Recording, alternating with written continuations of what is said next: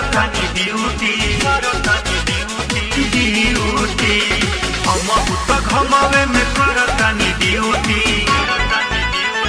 कर बारा दास न खड़ा होई ब्यूटी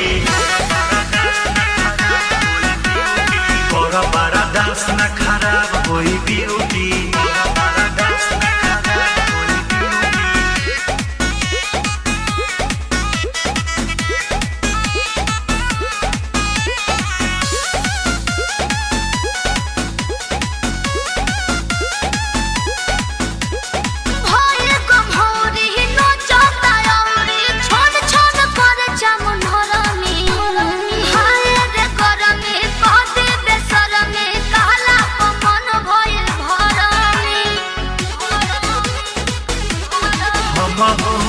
सहतानी तानी तू सहल कर चुप रहे आवा खिड़की से लेके ठंडा रहल कर बोलो तारा बोली जैसे हवा छ महीना बोलो तारा बोली जैसे हवा छ महीना अरे गरम भइल चोली कुल हो खता कहिना